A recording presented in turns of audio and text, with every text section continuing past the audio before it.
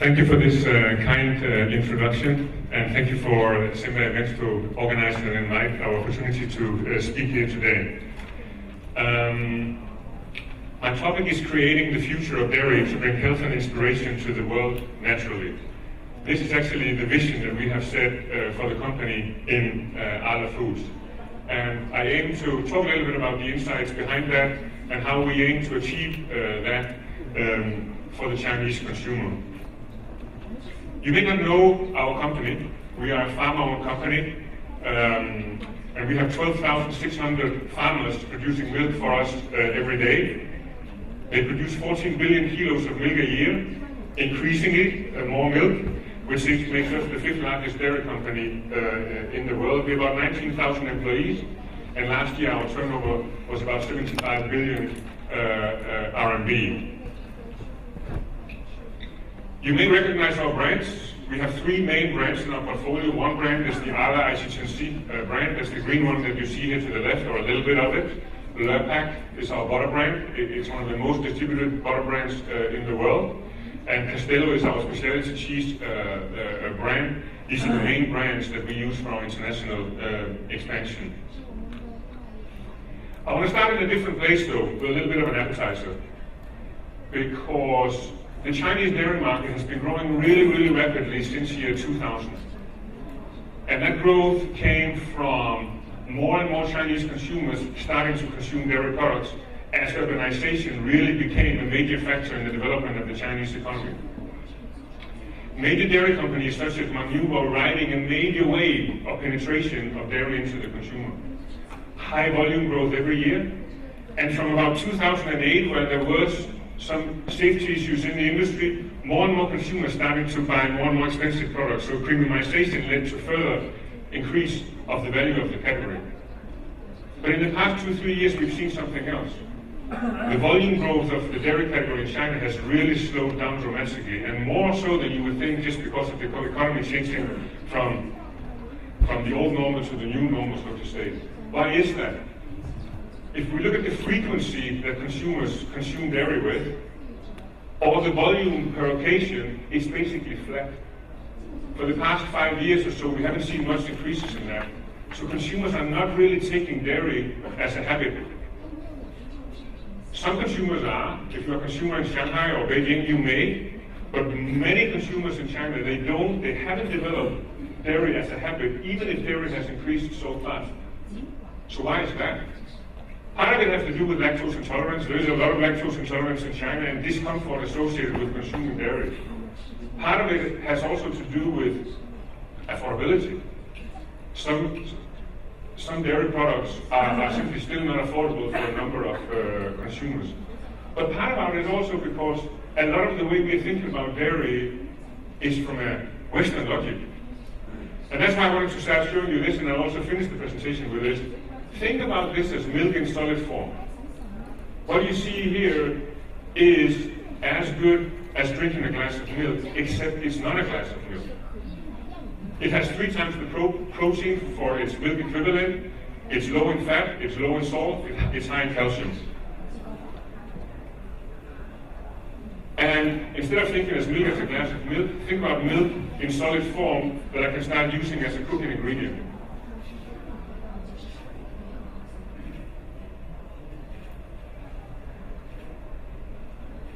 Well, we have to bring the over in as well. And this is actually a lasagna with this product that I've showed you here. So, growing dairy in China has to start with innovation on the premise of the Chinese consumer. I will tell you more about the product at the end, so just regard this as an appetizer. Some consumer voices, my day is busy, making healthy choices should be easy, but it's not easy for a lot of consumers. I want to give my daughter the best possible start in life, but it's not always that they can afford or access that. My family is aware of the nutritional benefits of dairy, but it's not like it's a habit for us. Those of you who are observant would say that there's something wrong with this picture, because not very many Chinese families would actually sit with an excellent glass of milk. They would do that in my family, but not necessarily in a Chinese family. But okay. And actually most milk is consumed in the morning. in China, as you probably know. I want to maintain my good health to stay active and relevant. So this is a gentleman who's starting to become a senior citizen. So these are some of the consumer voices.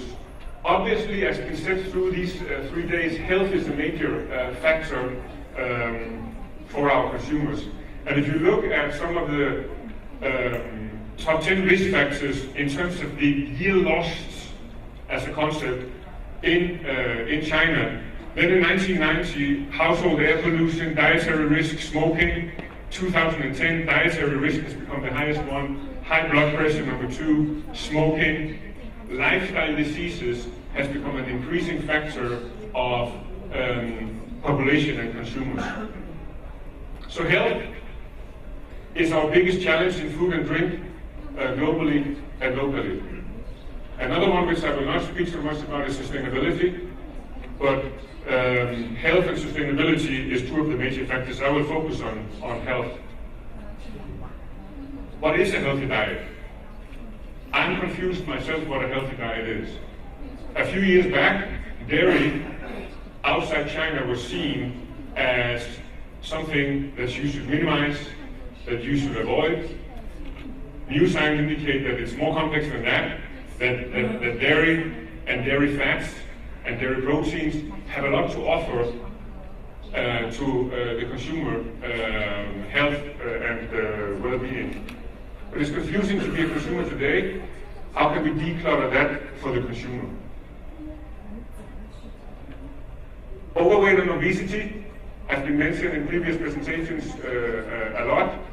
It's a major factor in China as well. You can see the statistics for yourself. Was also mentioned by a previous speaker. Together with undernutrition. So on the one hand, we have people becoming fatter. On the other hand, we still have a number of people who are not getting the nutrition that they should get. This is also a factor in parts of China. Diabetes.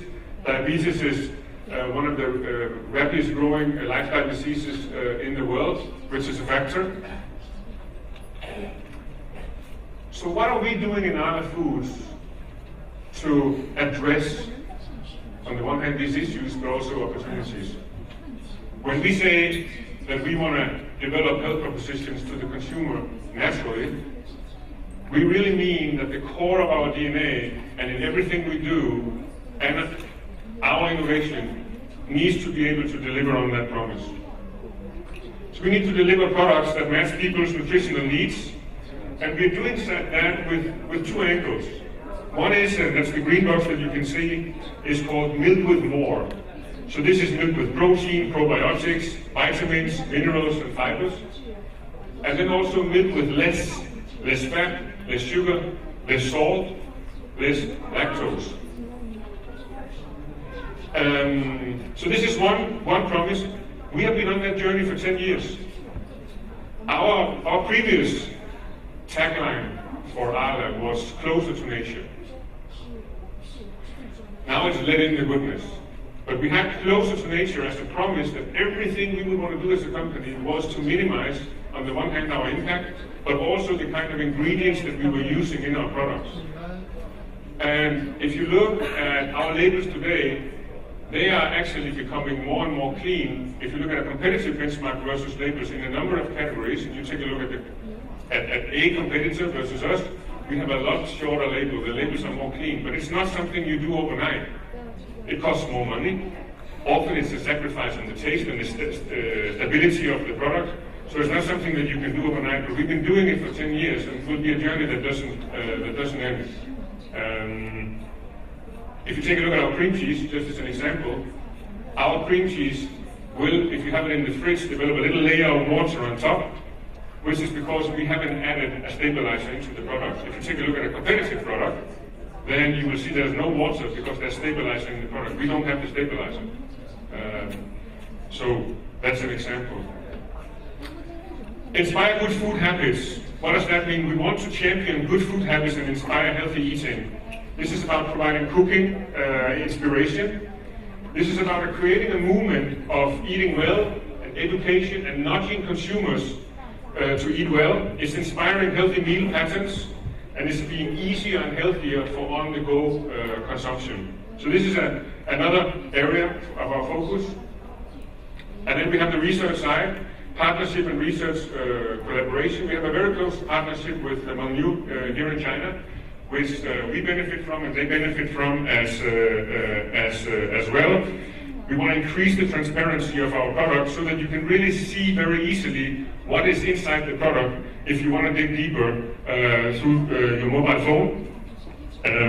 So these are three areas that we are committing ourselves to provide healthy food for consumers.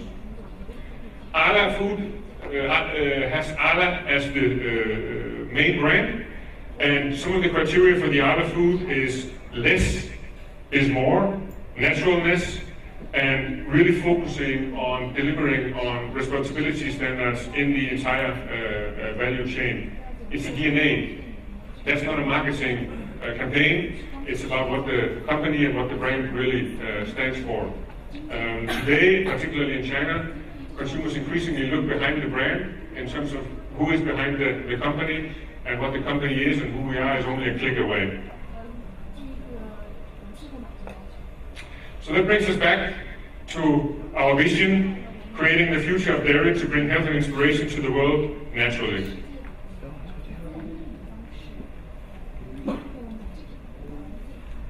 We have a broad portfolio of products, and if we look at our ability to innovate, it often starts with the products. When you are in dairy, you're typically run with a heavy supply chain. You have a lot of dairy engineers, you have a lot of technology, you have a lot of processes, and a lot of the innovation is driven that way. That becomes category innovation based on the next extension of the category. So whether it is enhanced nutrition, whether it is in liquid dairy, whether it is in butters and spreads, or whether it is in cheese, we are thinking about how to invent the next yogurt, how to invent the next cheese.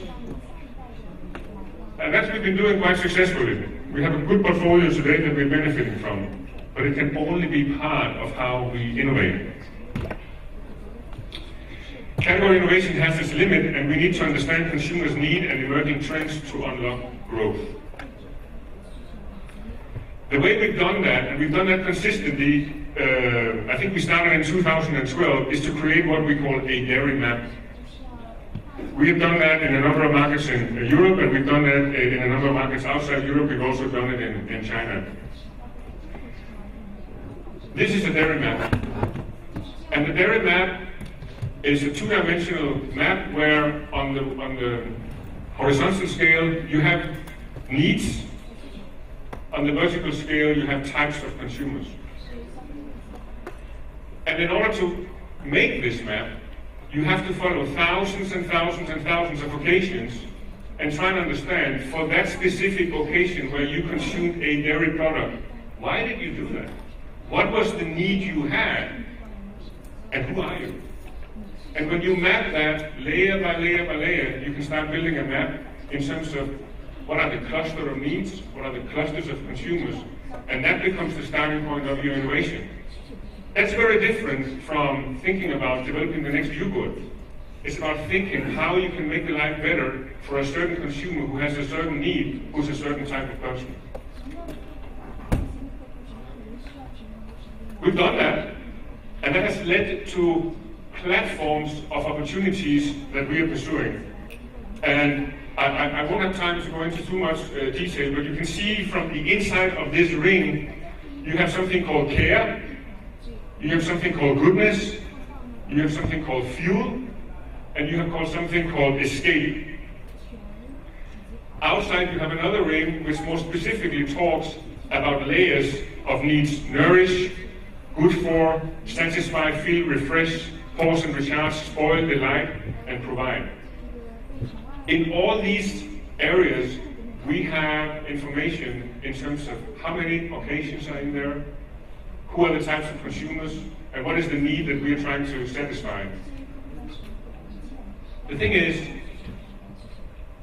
when you drill down into finer layers, and you have your whole upstream organization looking at that, to together with the whole marketing organization looking at that, you have developed one innovation language for the company. And I can say for sure, because I've seen this in 2 different companies going this path, that when you start aligning your research community and your marketing community and your supply chain behind a map rather than category extension, you already have started thinking differently. And if you want to create health and well-being for your consumers, that's a very good starting point. Getting to this kind of clarity creates a lot of arguments inside an organization. The minute that you bring your R&D community and your marketing community together with a map as a starting point, in the same building, meeting the same consumer, on the same premises, you're starting to develop something new, which I think can be innovative. So I go into Nourish, and inside Nourish there are different directions for innovation. Best everyday goodness, nutrition for an active lifestyle, digestive health, growing up goodness, smart personalization, looking beautiful, and weight wellness. These are specific areas that our innovation communities are developing propositions against. Looking more at Nourish. Before we look at Nourish, some of the trends that we see, which we need to bear in mind when we develop propositions for these platforms, is mobility. Not only mobility in the sense of everybody is on the go, but also in the sense of everybody's connecting with everything through the mobile device. Work and social pressure, juggling the need to provide with the need to also having a work-life balance, and then wealth as a moving target.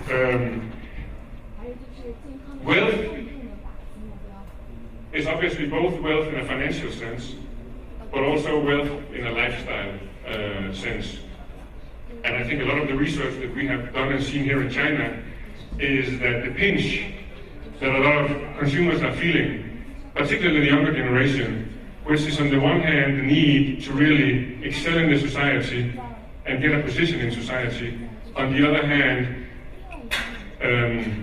finding a balance in terms of who you are is a social pressure which is very real.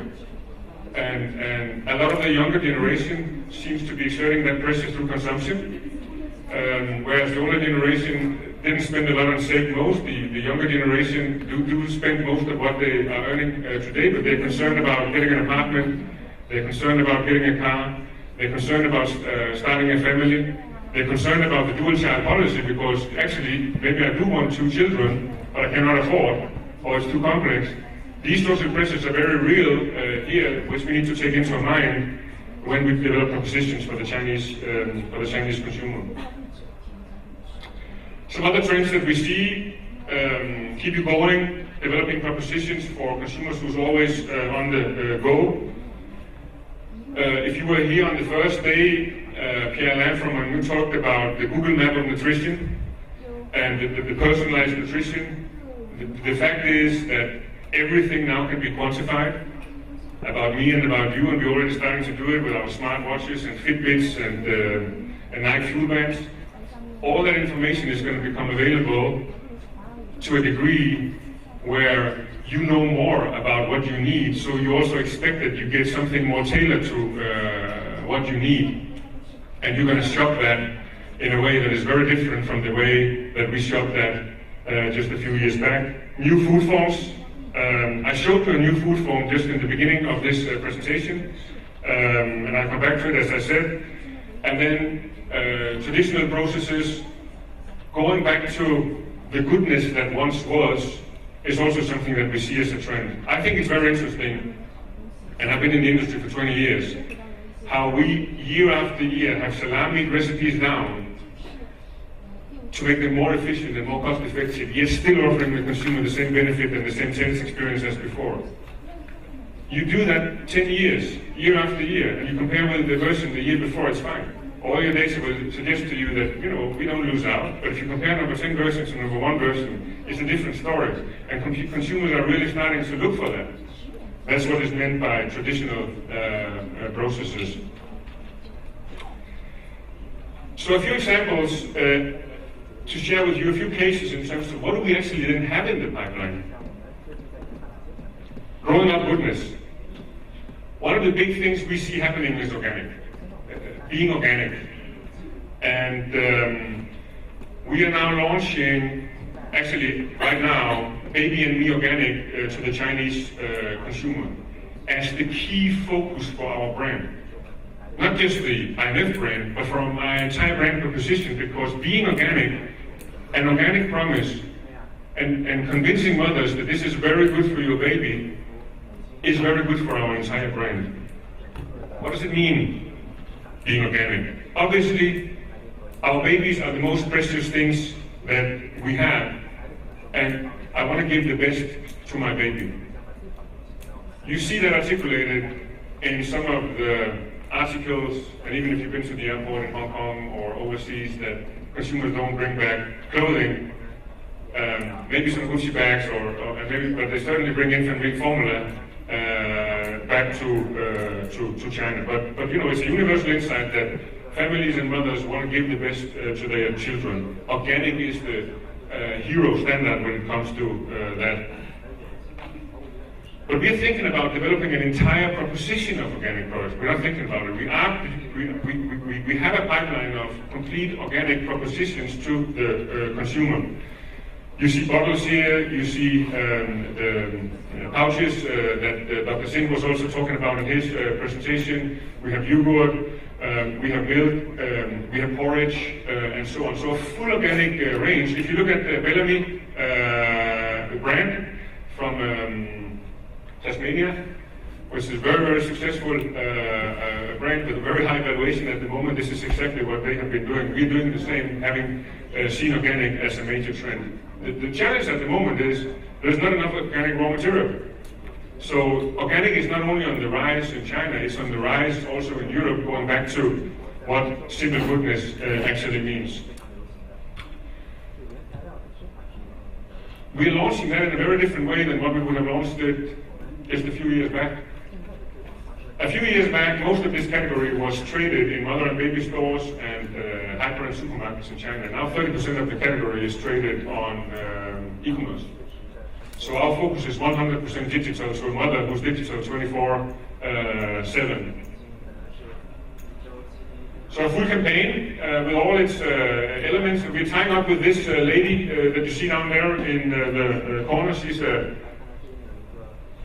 fairly well-known photographer in China. She's a mother herself, and she's having babies at the moment. She's changing diapers, she's giving them infant milk formula for nutrition. And she's really documenting her story with us, for us to follow online as a point of engaging with the consumers, versus before we may have shot a TVC and showed how great our product was versus other products, and that would be the main communication with the consumer. So it's available online.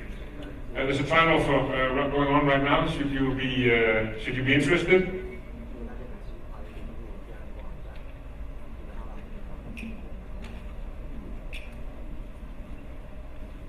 Yes.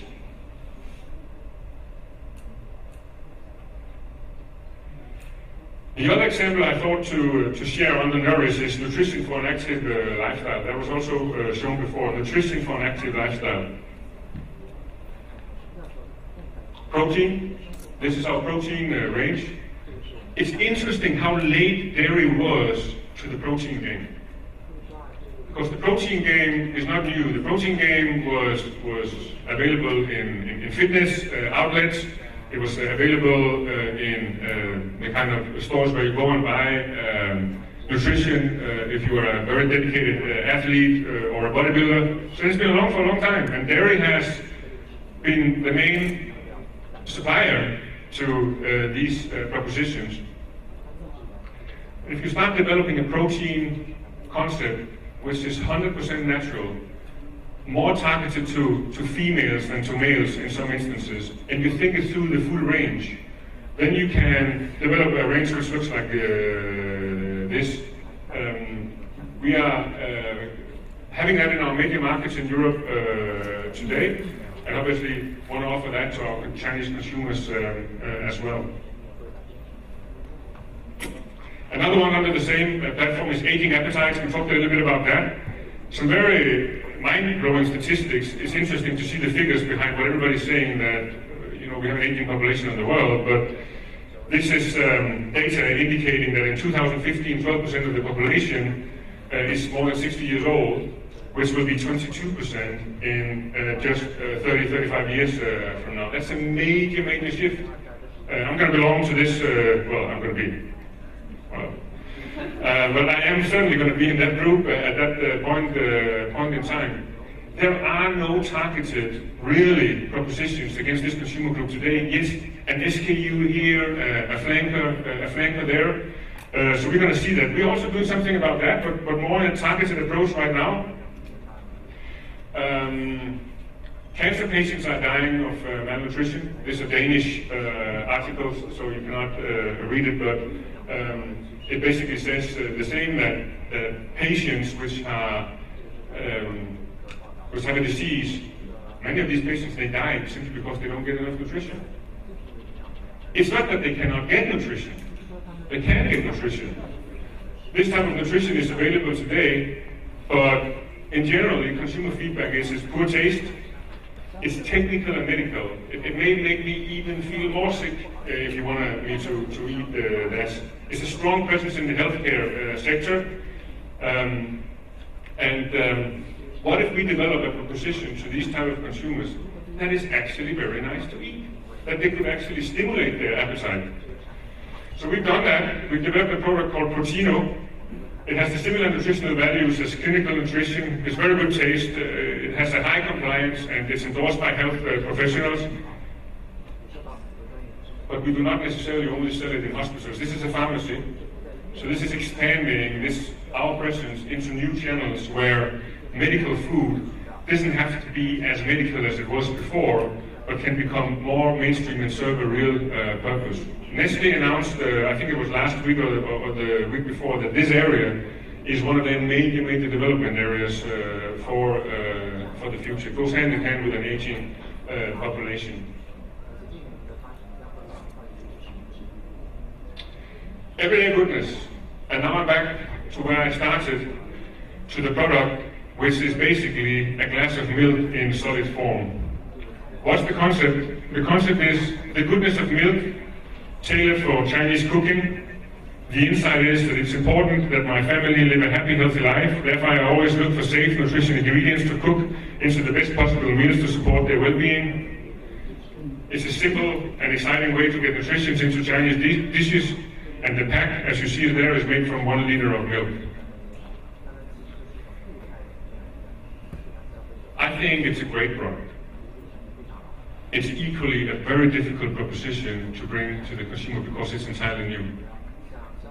And this is actually not an outcome of our consumer map. This is an outcome of some bright people on the technical side of dairy thinking about whether we could make a tofu but from dairy. And the thing is, this proposition has the same cooking properties as tofu. In fact, it's easier to cook with than tofu. But it's not a tofu. If we start comparing it to tofu, that doesn't work. So we need to find another way of comparing it. And the fact is, we're bringing this into the market now in a beta version. We would never have done that before, because we would have done everything, finalized everything, and then we would have said, now we go. But it's not possible. I've seen so much research in China that's just way too positive. Looks fantastic. And then when you come into the market, the reality just was different. So what we're trying to do is not only inventing a new food format, we're also inventing a new way of going into the market. We're going into the market early. The key for us is to get consumers to engage with the product, and then at every heartbeat of that exchange, following up what consumers think and say and feel about it. And then we will change in flight what the product will be in its final form. It's perfectly safe, fantastic nutrition, but I might have to tweak it there, I might have to tweak it there. The way we do it is we launch it in a completely different way versus what we've done before. We launch it with a main purpose to get social engagement online. If I can get a consumer to try it and convince them this is interesting enough that via my mobile, I'm willing to go to a landing page and I start understanding what's going on that landing page. Only 2 clicks away is my purchase on e-commerce. Then I can dial up the whole Chinese population, or at least 650 million people that have a mobile device, and start trading with them. If I try to go through the retail environment as my main door, which is what I grew up with in many different markets across the world, it's going to be very difficult. So I think in summary, we're trying to bring health propositions to our Chinese consumers in a natural way. A lot of work to do. I mean, health is a very, very important factor. A consumer map is the way we try and look into our opportunities, combined with looking at category extensions and what is possibly technically, and you've seen some examples here. So thank you for your attention.